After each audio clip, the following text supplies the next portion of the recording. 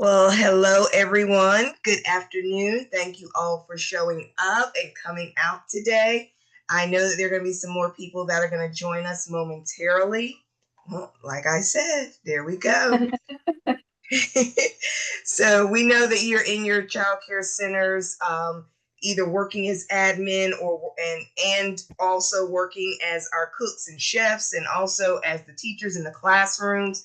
So we do have grace and mercy for that. Okay, just make sure that you put your name and whoever else is with you in front of the camera. Put your names, your organization, and also your county for me in the chat so we can make sure that you get your training hours for today. And I just want to say thank you again for you joining. And I want to turn everything over to Lynn Policastro, who is the manager of the early child care education at Smart Start in Wake County. Lynn has been with me on this journey since I started, and she was on this before me. And I thank her so much for her years of friendship and just being a colleague and helping me with farm to early care and education. Whenever we call, she is always there. So Lynn, I want to say thank you, and I can't wait to see what you're going to teach us today on food-based learning, because she has all this stuff in front of her. So that's what I love, and that's what we all love as far as early childhood, just getting our hands messy and dirty. So Lynn, I'll give everything over to you today. Thank you so much. First of all, can you hear me? Is it loud enough? Yes, you are doing quite well. And Okay, I will I go have a off. loud voice to begin with, but okay, I'm just a little far away. I just want to make sure. You're good. Well, I'm gonna go off camera probably to make everything better, but I will be monitoring the chat, and now I'll unmute myself if when questions come in. But I will be monitoring the chat for you. Okay. Perfect. That's what I was just about to ask. So thank you, because I can't see that far away for the chat.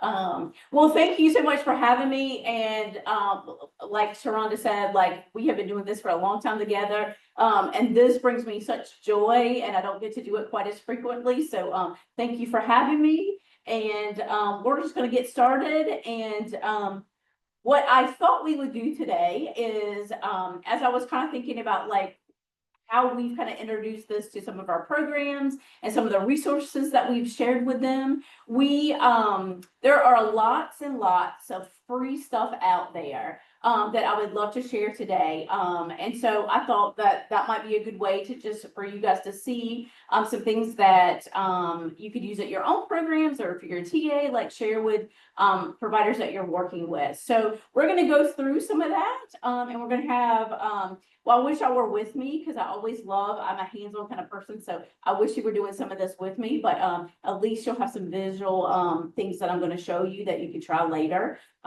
So we're going to get started. And again, pop in, ask questions. Sharonda's going to tell me if there are any questions. So feel free to do that, or even come off mic. I know we have a fairly small group, so feel free to do that, and we can do it that way. So the first thing I want to share with you, and some of you guys might have seen this, but are all the many resources that the USDA has. And so the first thing I'd like to show people, because this is specifically made for the early childhood folks, is the Grow It, Try It, Like It curriculum. And so I'm going to dive a little bit deeper into that, but there are so many other things. So I want to show you, because like, again, many of us have heard about this, or you might have already had one of these, but you don't know about all the other free things that they have available online. And some of them aren't necessarily specific to our early childhood age group, but you can modify it and use it for that age group to begin with. So, so just in case you're not familiar with this Grow It, Try It, Like It curriculum is absolutely fabulous. So again, it's like for anybody in the country to use, but it's pretty amazing, because there are like 6 different produce items that are like the curriculum that they use, and every single one is grown here in North Carolina. So it's kind of a perfect thing for our state, that we can use every single one of them and we can get it fresh. So I'd like to share, just show you a little bit, and then I want to like walk through like what's in here, so you know like which topics. And again, I'm going to share, like I say, because there's several different curriculums I'm going to share with you. And I know nobody's going to like, this is going to be your end all be all curriculum that you're going to use for everything. But what I like to say about everything that I'm showing you today, you take the pieces that work for you and in your classroom, and that's what you use. But it's just kind of a great resource to find some new ideas, find some fun things to do around fresh food. Because one thing I also like to say, and I meant to say this up front, is like the whole reason we're even showing some of these things is our ultimate goal is for children to have this on their plate every day. But we know sometimes that can be costly if we think it's going to be thrown away. So there's small steps to take with the cooking, the taste testings, all those kind of things that you like to do that's not quite as costly and gets the children's palates, because we know that it takes about 15 exposures for somebody to try something new. And exposure doesn't necessarily mean it's something that they're going to eat. It could be that they're exposed to it because they're picking out of the garden. They're helping you wash it. So there's different ways to expose the children to it and get those exposures to get them excited about all these new things. So these are just ways to be able to expose children. So the grow and try it like it, the topics or the produce items they have are, yes, let me look at it. It's probably easier than trying to get my, there is a spinach one, a squash, a sweet potato, peaches, strawberries, and cantaloupe. And so we're actually going to do something with the cantaloupe, so that I have pulled that one out for us to look at.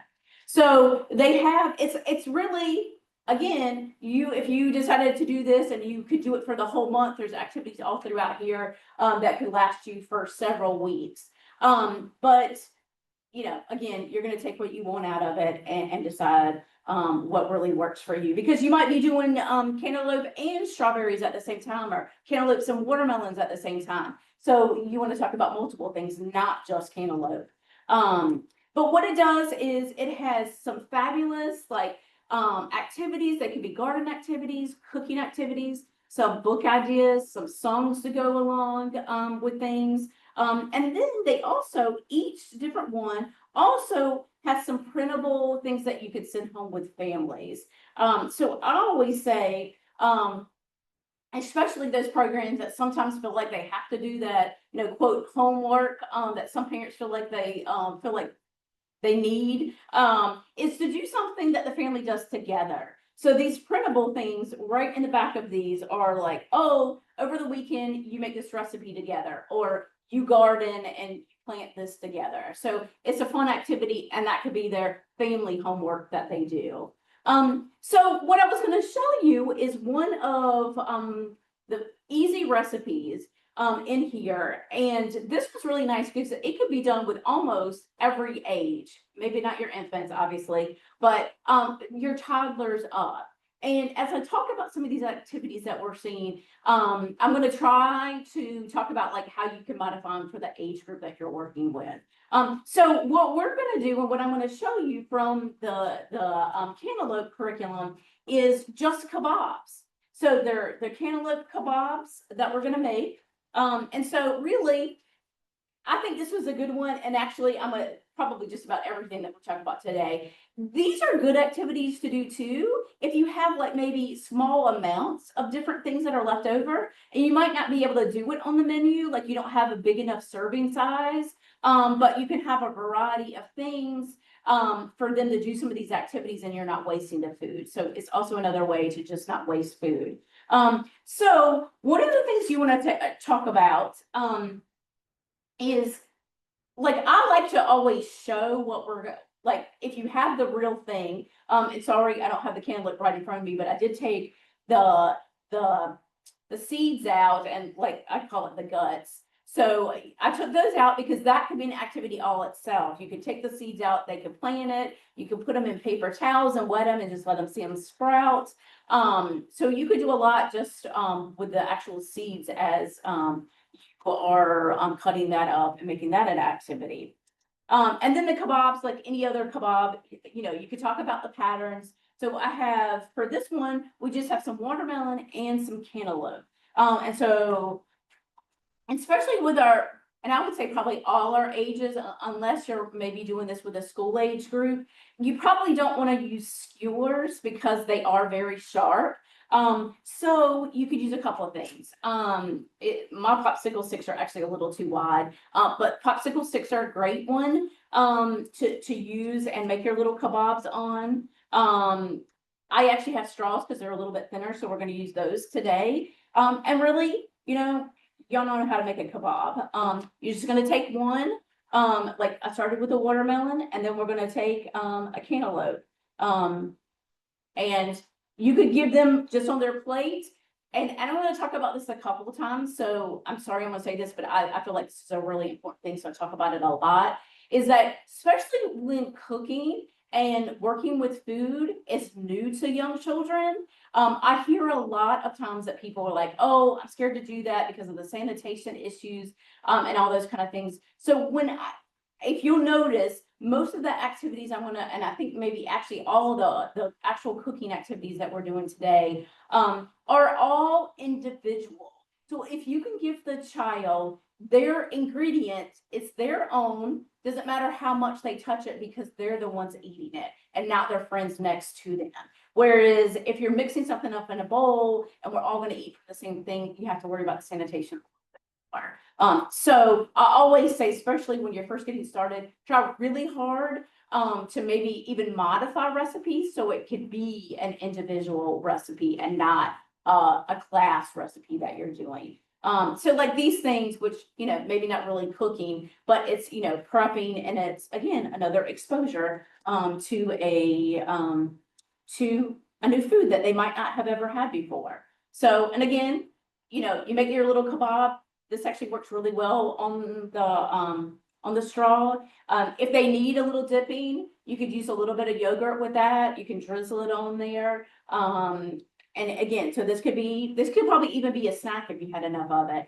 Or you could have a variety of things. So if you don't have quite enough of your cantaloupe or watermelon, you want to add in some other fruit that you may have. Let them choose. Again, you could do patterns with it. You could do all kinds of stuff. But they actually put it on their own, and that is theirs to eat. So again, that's a very simple thing. You could do it as young as toddlers. You could. So again, the curriculum, that's great, wonderful ideas, but man, the website, the USDA, and I'm going to share all these resources with Sharonda that she'll send back out so you have the links to be able to get to these sites. They have so many things on there. And so I'm probably not even going to dive into all of them, but I think the ones that are most useful, I'm going to highlight. And so they also have on their actual website, we'll pull these up so you can see these. They have a whole set of posters. So these are not even all of them. And all you do is you go on and you order these for your program. And if you have difficulty, like I know early on, because we were working with multiple sites and needed a much larger than even a classroom amount. I went on and they had a generic email, and I said, oh, I'd like to have this much. This is how many centers we're working with, for our whole entire program, and tell them which item I wanted. And we got a ton of stuff. So I know it's available, and I know they would like for people to use it. So like these are great. So these are, some great resources around the My Plate, very colorful, wonderful to use. And this is another great one. All the 5 food groups in here, fabulous, just wonderful. But I bet there's another dozen posters, and some of them are the food group. Some of them are a little bit for older children to because they also do all the way up to high school. So that reminding them to eat fresh foods and stuff like that. So some of them might not really be quite as much fun for your younger kids, but fabulous. Again, they're very colorful, wonderful to use, great resource. They have some books. And they have them in English and Spanish, and several things I'm going to try to tell you as we go through are in English and Spanish. And this is called the 2 Bite Club. It's really kind of cute. It's all about like trying new things. And taking 2 bites of it to see if you actually really like something. So these are great. These are another great resource that are on there. They Lynn, have, yes, Lynn, quick yeah. question for you. The items that you are saying that are on the USDA resource list, are those items free for people to order or is there a cost? It is free? They are free. Everything I talk about today is going to be free to you, except for a couple cookbooks that you might be interested at the end. But yes, all Thank these you. resources, yes. That's why I wanted to share, because who doesn't like something for free? Great question, though. Yes. So then another great thing, and we all know that we're trying to, inform our families, and we have newsletters of our own. They have several different newsletters that either you could print out and just send home, or you could take pieces of it and use it for your newsletter that you already do. And I lost my copy that I was going to show you. Sorry about that. But they have like 15 different topics, and they're kind of, I mean, they're really good topics. So I just to highlight a few of the newsletters that they have. They have choosy eaters, which we all know that we have those. And parents always say that their child is a choosy, very picky eater. Developing taste for less sodium, colorful fruits. So those are just a couple of the ones that they have available. And they are all printable. Some of them are things that you have to print yourself, but a lot of these things like the posters, the books, those you just order. You go on and you order. And again, I'm going to send you that link so you have it. And then something I had not actually seen this, so I was actually doing the research for this, is they actually have a summer food program like toolkit that they have available. And so this is not specifically, but there are lots of cool things in there. So that's why I wanted to highlight it.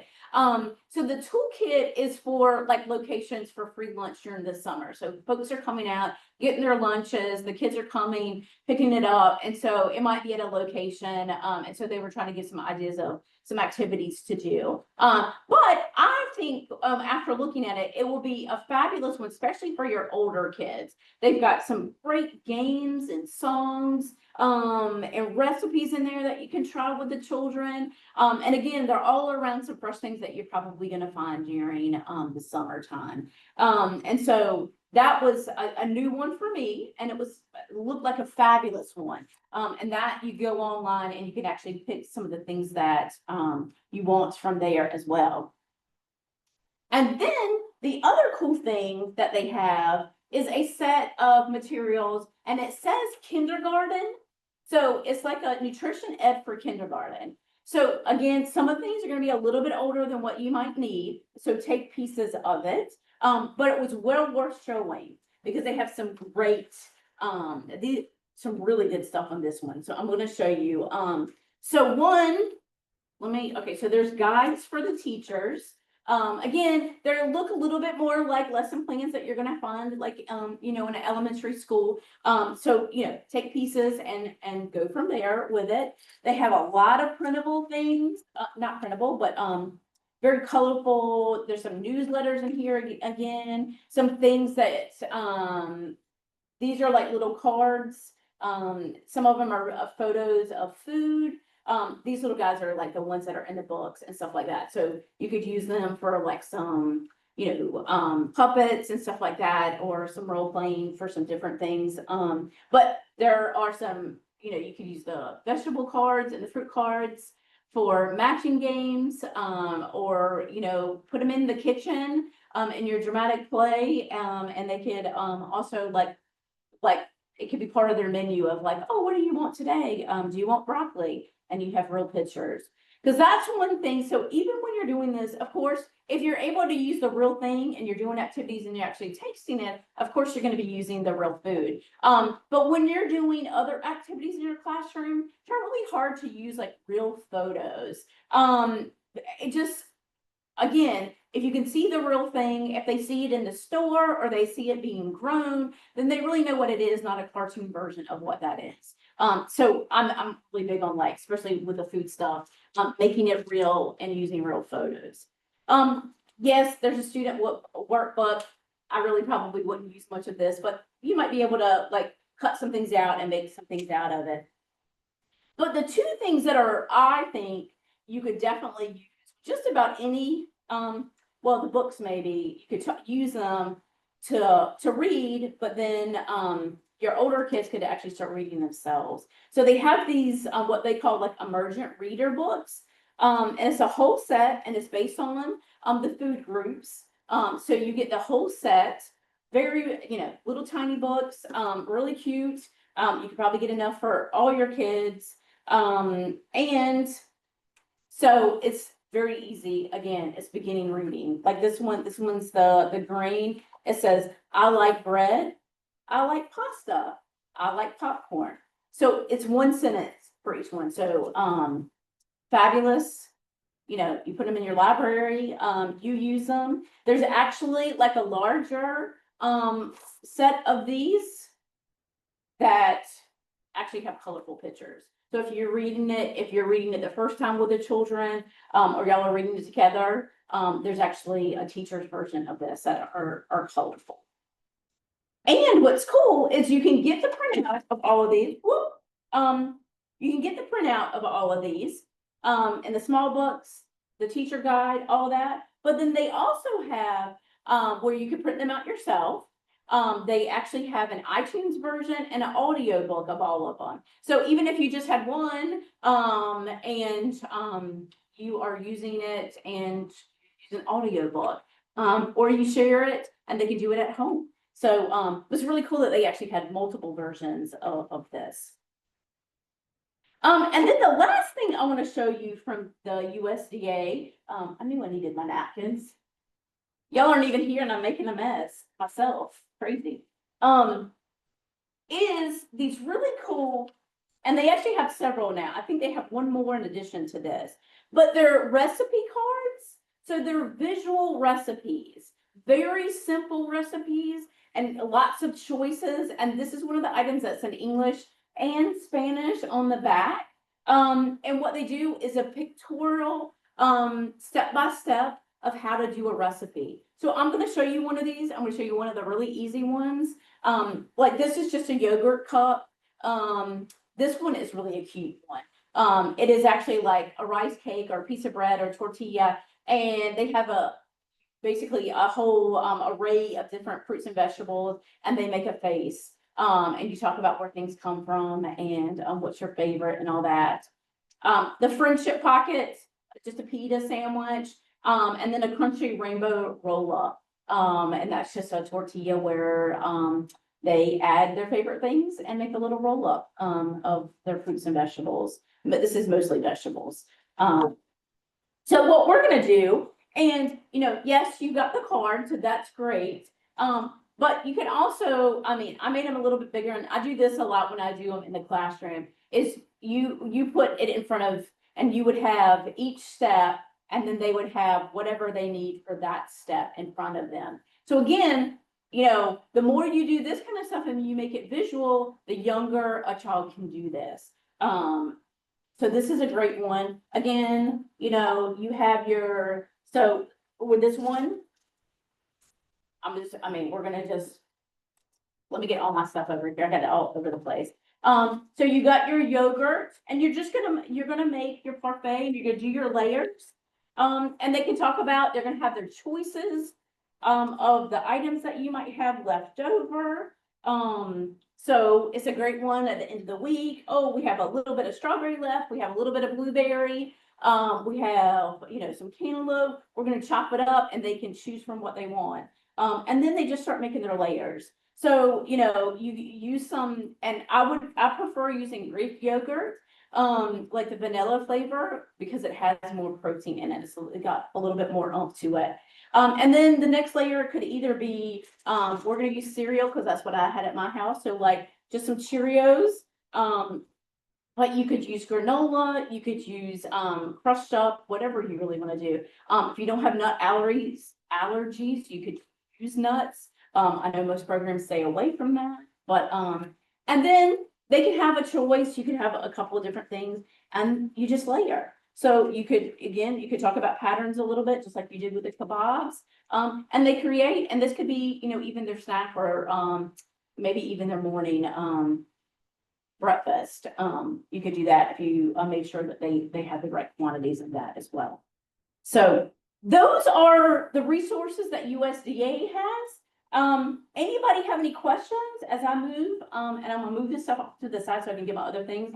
Does anybody have any questions about USDA? Anybody use any of the USDA materials in the past? I'd love to hear anybody's experience with them.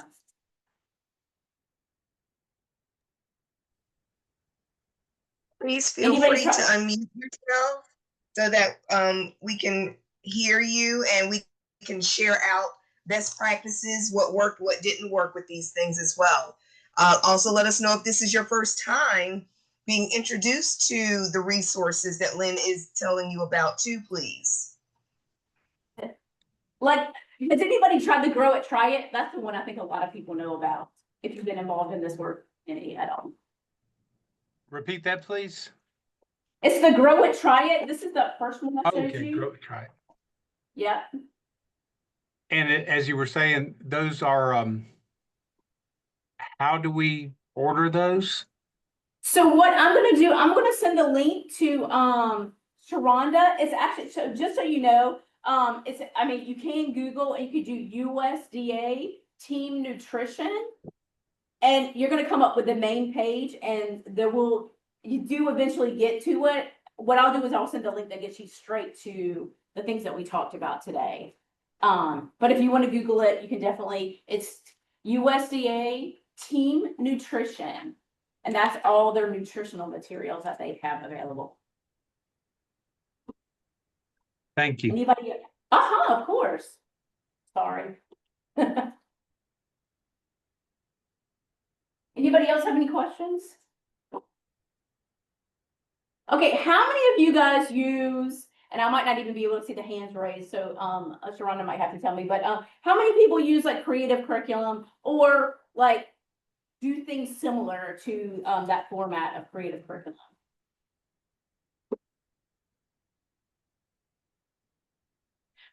My poor old eyes, I definitely can't see that far away on the screen.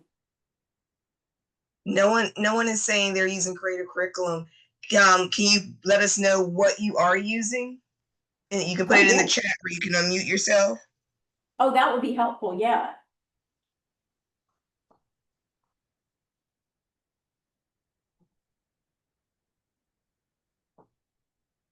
Nikki said, yeah, she said they use creative curriculum. Jade said she will begin using creative curriculum this fall.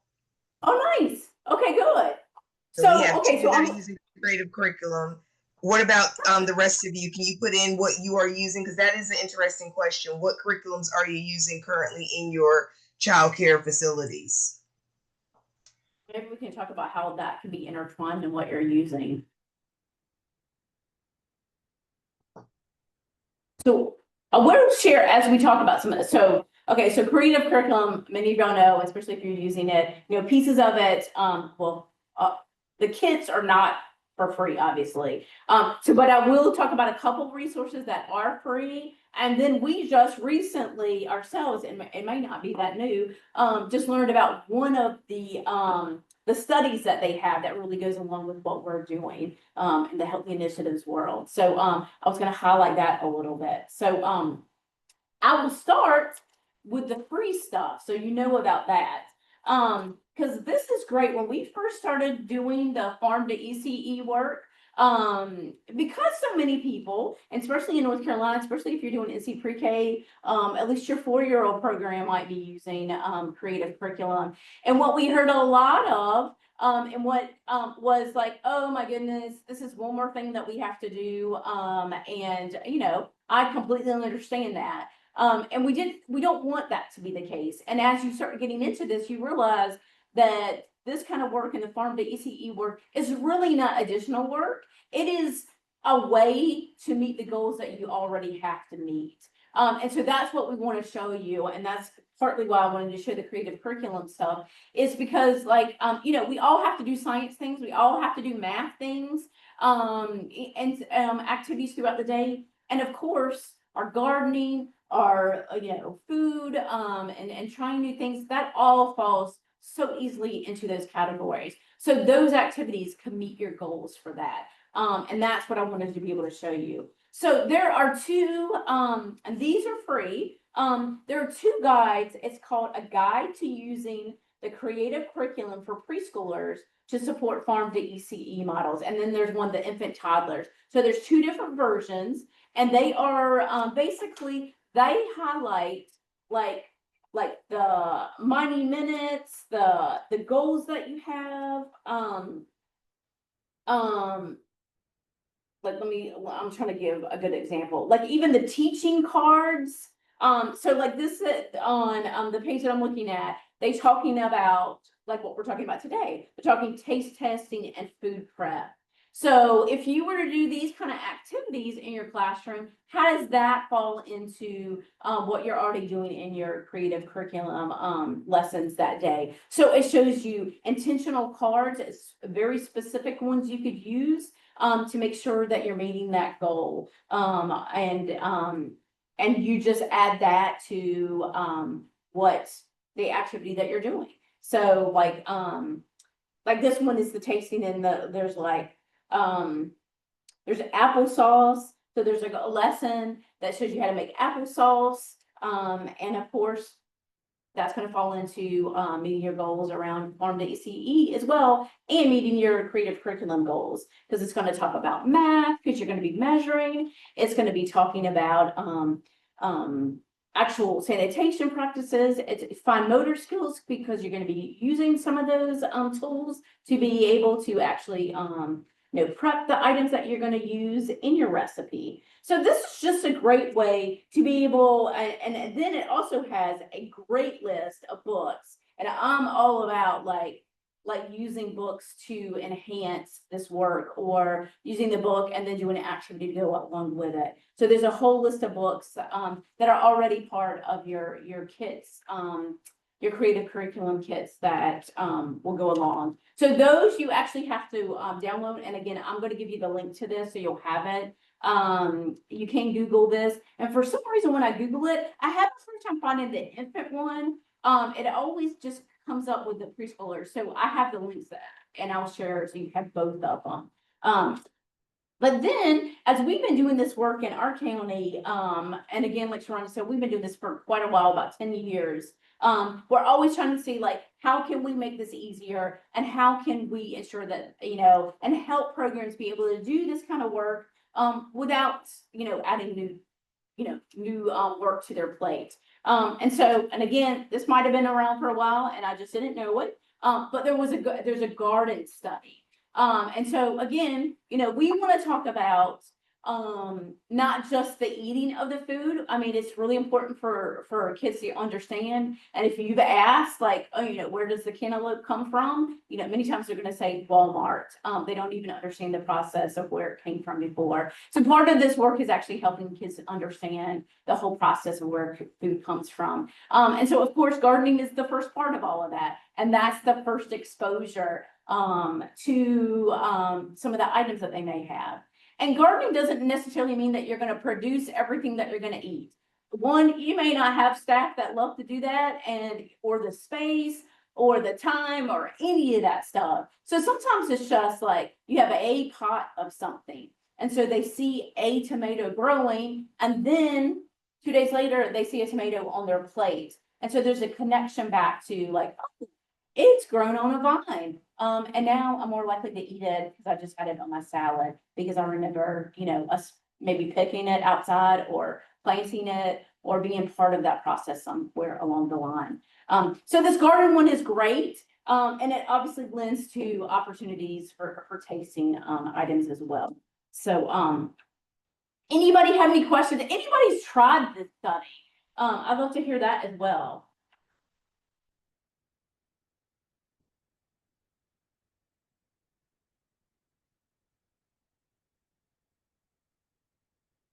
I know we're all in our classrooms. So, I know it's hard to speak sometimes, especially when you want your kids to be quiet and not sleep right now. All right, so the next thing we're going to talk about is some great, again, these are all free materials. It's through the group called, we call them ASAP, but it's the Appalachian Sustainability Project, and they're out in the western part of the state. They do a lot of local, they do farm to school, farm to preschool. They do all kinds of stuff, and they work with farmers locally. So they actually have some great materials that we're going to talk about, and I'm going to show you some of those things that really support and give you, some hands-on stuff to just take and do. So we're going to do something.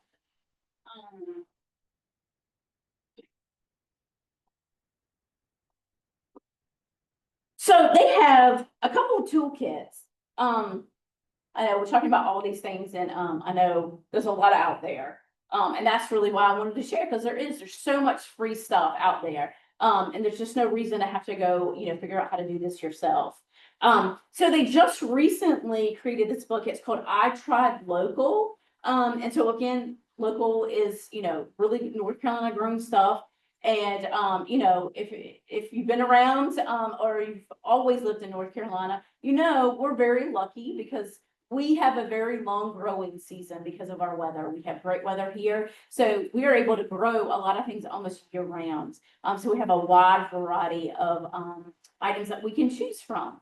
So this toolkit, one, it's got a couple of things that maybe some other things don't have. Like they do have the recipes. And I'm going to talk about, because one of the things they do really well is their books. So I'm going to share about that in a second. But even in this toolkit, they, like, for example, like this is carrots. And one, I've told y'all before, I absolutely love showing the real photos. They have some great photos of everything in here. So you could even use some from this book or their website. So in addition, so you start with whatever produce item it is. They also have a very cool little meet the farmer. Again, it's because they're the western part of the state, so a lot of these farmers are going to be in the western part of the state. But if there's a QR code, so you actually get to engage, you get to learn a little bit more and make it a personal experience. Like this farm actually grows carrots. So you get to learn a little bit more about the small holding farm and what they do and where they are. And so that could be part of your lesson as well, as talk about them. Some of them have some great videos. And so again, that QR code is going to get you to those videos as well. And then again, like all the other things I'm sharing, there's lots of lesson plans, there's lots of activities in here. And then each one has a book that goes along with it. And whoever works there, they, over the years, and we know, Sharon and I know many of the folks that work there, they do such a great job of finding very unique books. Some of them you may have heard of, and some of them I'm like, wow, I love children's books and I've never heard of that one. And so they're always related to whatever the topic is. And so in addition to them being in here, they also, if you go to their website, which is, you can Google Growing Minds. I'm going to send it to you, but Growing Minds ASAP, because Growing Minds also picks up a lot of other things, but Growing Minds for the western part of the state. And they have a huge list of books that you could use. And so what it is, and again, some of them are a little bit older kids, but they have a huge list of younger books too. And they usually say like how you might want to use that book. Like if you're talking about a garden activity, it says like gardening, or like weeding, you might want to share this book. If you're talking about apples, you might want to share this book. So it tells you not only just what the book is, but like how you might use it in your lesson plan. So great. And then in the back, because we've been doing this work for a while, and part of Farm to ECE is, there's a layer of things that you do. If you might not instantly go into serving fresh food every single day at your program, because that's hard, and you have to transition into that.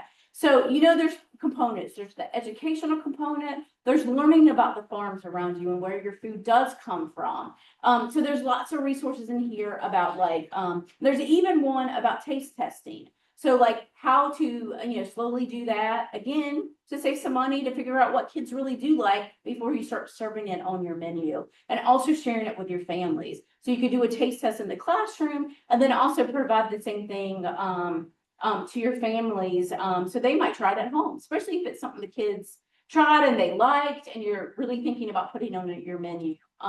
So it could trickle down to the home as well. Because what we've learned, what I've seen, which is an exciting lesson from all of this, is that when it comes to eating healthier and all these new items that children are being exposed to, they have become the teacher to their families. We're seeing them talk about, like, one of the funny stories I remember is some center had like a basket of, I can't remember, it was zucchini. And the family, oh no, I'm sorry, they were cucumbers. But the family thought they were picking up zucchini. And the mom goes home and starts, slicing it, and she was going to fry it up and they were going to have it for dinner. And the kid kept saying, no, it's cucumber. You just cut it. We don't need to, and kept saying it over and over. And the mom didn't believe them. And then they ate them and they realized that it wasn't. And so they are teaching their family. They're the ones when they go to the grocery store say like, oh, I just tried squash today at school. I love to, can we try that? And they see it in the grocery store and tell their parents to buy it. So I think that's just a great, like something that we never expected out of this work is the kids are the teachers for their home. And maybe making not only themselves become healthier, but their whole family become healthy. And then in the back of this toolkit is also some alignment, and we're going to work on this. We've got to revise this since the new environmental rating scales, the threes have come out. So we're working on that and hope to have those soon. But it shows you the connection. So again, we want this to, if you're doing these activities, we don't want it to just be like, oh God, I'm doing this. It doesn't relate to anything. We just know it's good for the kids. But we want to show you that, oh, if you do this activity, it also helps support your environmental rating scale. It helps support my curriculum. It helps support all the other things that we know that we need children to do every day. So there is an alignment with the environmental rating scales. You're able to see that. And like I told you about the taste test, I want to show you because, again, exposure is everything, and it could just be a bite. So I know many of you guys probably have done these kind of things, or the graphing, and talking about different after you've done the taste test. So a lot of us do, especially in the fall around our apples, and this is a slight abbreviation of that or change of that, is the different colors of the bell peppers. And so thinking about how different they can taste. I'm a big advocate. I, for some reason, do not like green ones, but I love some yellow and orange ones because they really do taste different to me. So some of the things that you should think about when you do these kind of activities and you do these the taste test specifically is, one, you could do what is your favorite? So you're just scrapping it that way. And you're asking, or even, did you like it? So you could put a sticker or a mark under 3 different ones. You don't necessarily just have to choose one. And another way to ask the question is, today we tried this. We tried bell peppers. Did you like them? Did you like them a lot? Did you like them just a little bit? Or never say, did you not like them, or yucky, or any of that kind of stuff. Say, do we want to try it again? Or maybe next time. So don't give them the option of not liking it, because I have learned many times it's not that a child doesn't like it. They may not like it the way that you served it. So maybe they don't like it raw, but like you saute them and they love them. So the one thing to also learn is, don't just assume because they, like, you gave them squash one time and they didn't like it. Maybe they didn't like it because you boiled it down too much. But like maybe you saute it next time or put a little Parmesan cheese on it and they may try it. Was there something that somebody had a question about or a comment? Just want to make sure. No, there were Yes. I'm Yes. sorry. I didn't hear the name of your the USDA website. I was looking for it and I didn't write it down in time. And again, I'll make sure Sharonda sends this out, but so you do USDA Teens Nutrition. And that's where most of their educational materials are found. Again, it's a lot of stuff. And so you have to filter through a lot of things, but that is their main section on the USDA around teens nutrition. We also had someone say that they love the taste test ideas, especially encouraging the families to try it out at home. Exactly. Well, and it is. I mean, because yeah, you want this to not just be something that they have at daycare, at childcare, because you want them to be able to have it at home and really build these habits. Because we know if they start young, then hopefully it's going to be a lifelong habit. So good. I'm glad you enjoy that idea. Also, Lynn, have someone that's using Bright Wheel for their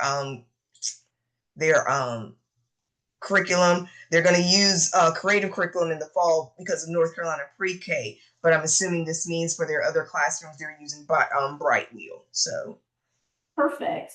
So even with some of these, I mean, you're going to be able to maybe not like necessarily, I mean, even some of the, especially the free stuff from the creative curriculum, you can take and see how it relates to something else that, you know, you may be required in your own curriculum. But especially these USDA ones and the Growing Minds, you just take what you want to take and make it fit into, you know, the curriculum that you're doing. Because usually it's going to be, you just mold it into, and I like to say it's just really making your brain like expand and think about some different ways to expose children. So thank you. It's good to hear there's other ideas. I already mentioned, but I'm going to say it one more time. Growing Minds, and I'm going to send this to you too, has this fabulous, like, I can't begin. I think it's like 1,000 books. It's crazy list of books. Some really fun ones, and even like little ones. Like, I don't know if you can really see this. Like, this is a board book. It's called Rah Rah Radishes. And it's very simple. This is real pictures. And there's another one in this set too. I can't remember. Maybe that one's a fruit one. I can't remember what that was.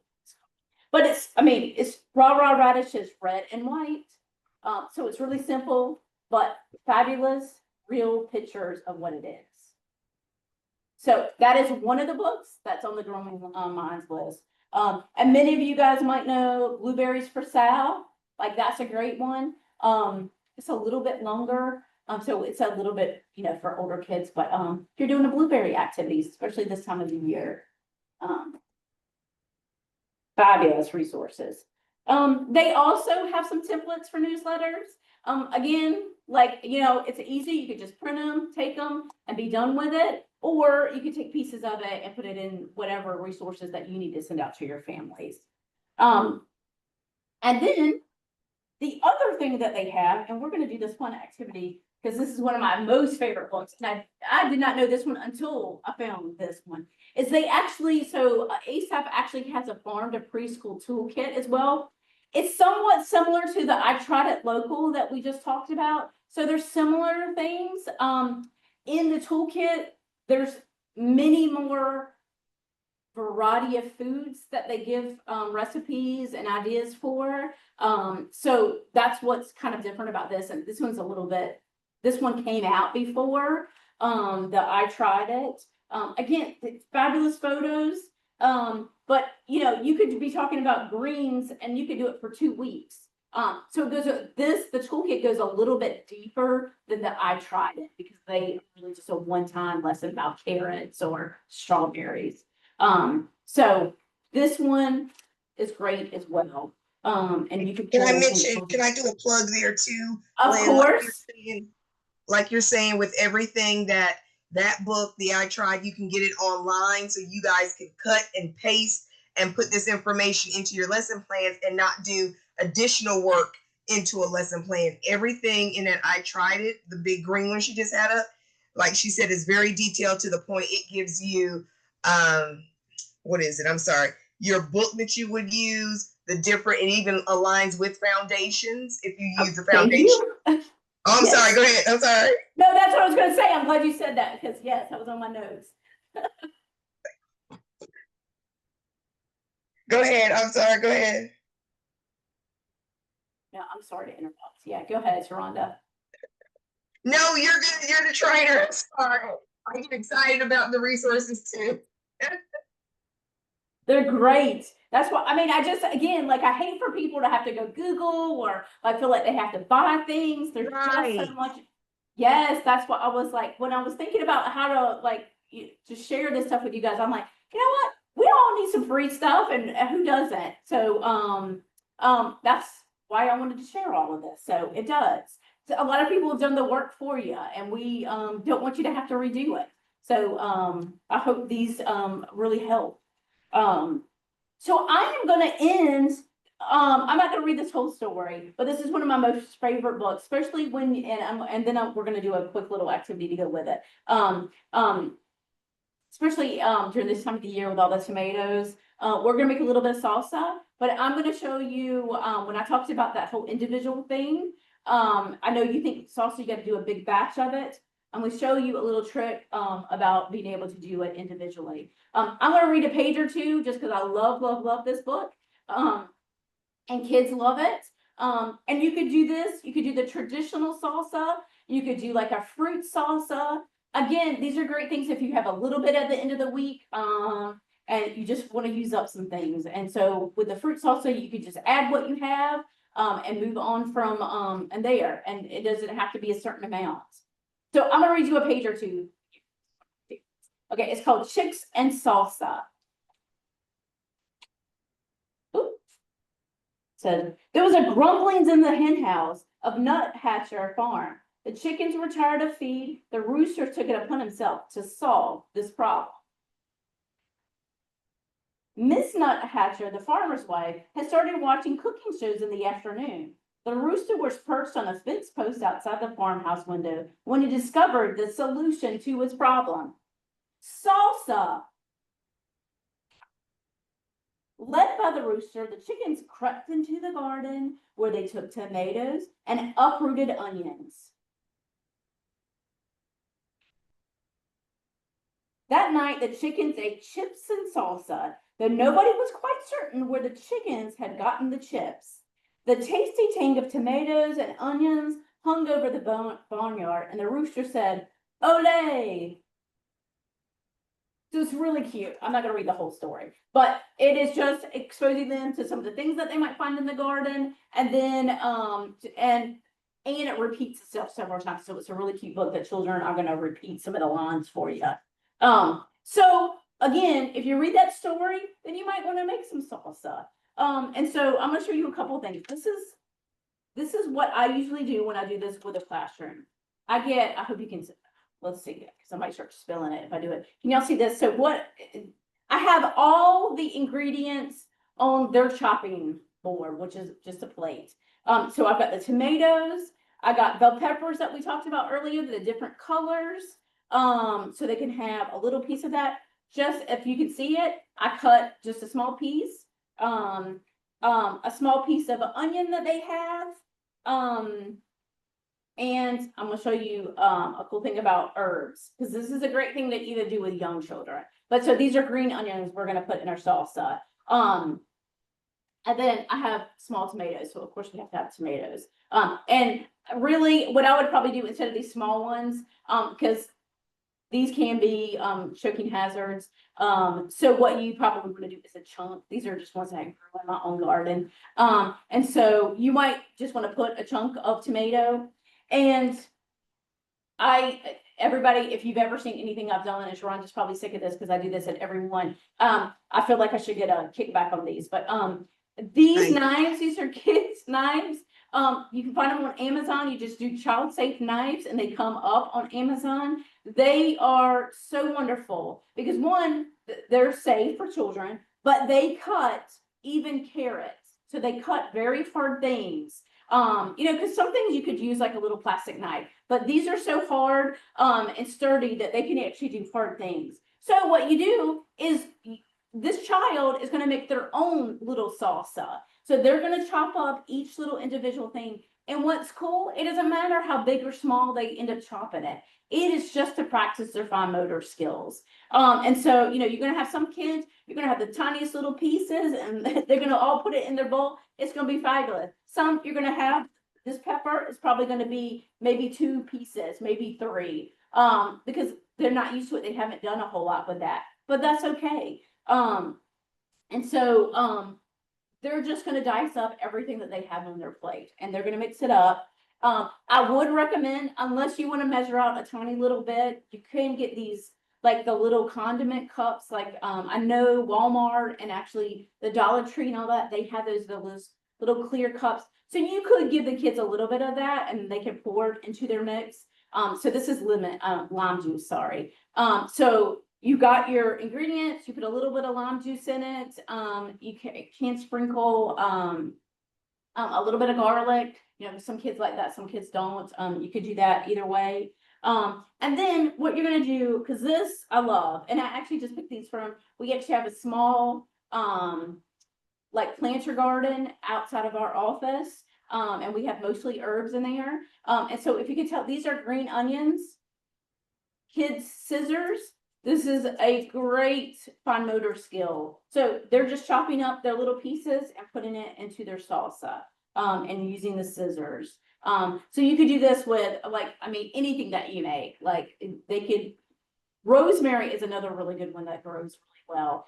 Most of the herbs grow really fast, and regrow themselves as well. So you cut them, they regrow. And that's another fun topic. So sure is like regrowing things. It's fun. So this is just a great activity. And they are going to be adding it to their own salsa. And then again, the other thing to show is like I showed with the cantaloupe, like there's seeds inside of here. You save these seeds and use them for activity as well. So you're talking about all the parts of the plant as well. So those are just a few, and I think the bigger things that you're going to find online that, again, mostly free, other than like the creative curriculum, that I hope give you a few additional ideas to start doing this work in your classroom. And I also hope that thinking about doing things individually really give you the desire to want to do it and not have to worry about all that sanitation, because I know people get freaked out about that and feel like they don't want to do it because of that. So that's all I have. I want to see if anybody has any questions, any comments, anything that's worked for them. Almost right on time. I can't believe it. Thank you so much, Lynn. But yes, please unmute yourselves. Come off of, put your cameras on so we can see your faces and just talk to us about this and things that you may now take back to try to do in your classrooms, in your centers. Please give us that feedback.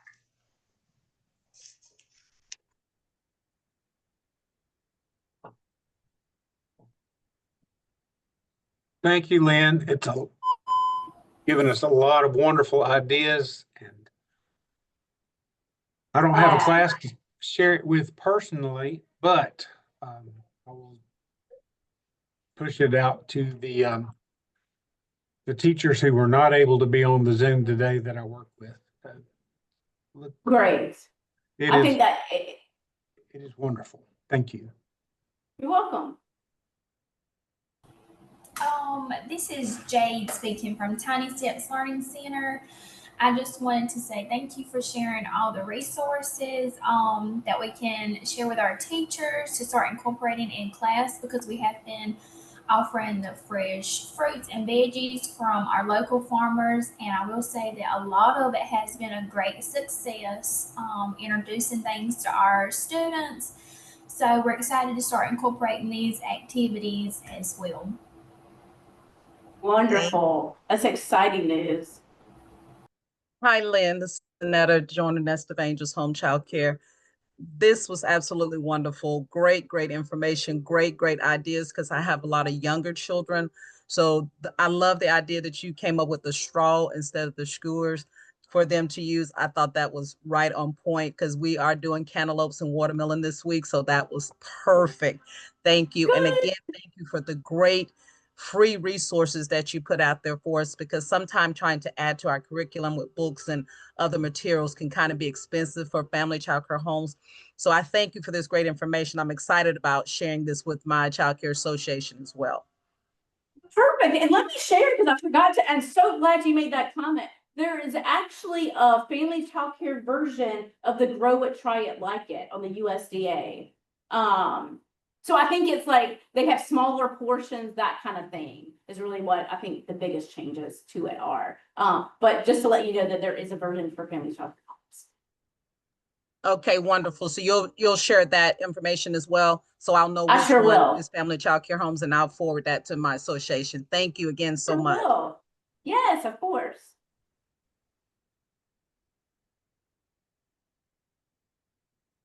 Thank you again, Lynn, for the free information. And I was looking at my Growing Mind newsletter that I got, I think it was yesterday. They had a recipe for squash. So I said that we may try that one day next week and make do squash, since squash is coming out now. And you get a lot of it, right, when you get it. And I It like goes the a long resource. ways. And I like Yep. the books also that they have with each vegetable or fruit that they're highlighting. It's real, again, like that list is amazing. And yeah, I mean, even if you don't want to purchase them, you go to the library and get that one for the, whatever that Yes. is. Perfect. Anyone else?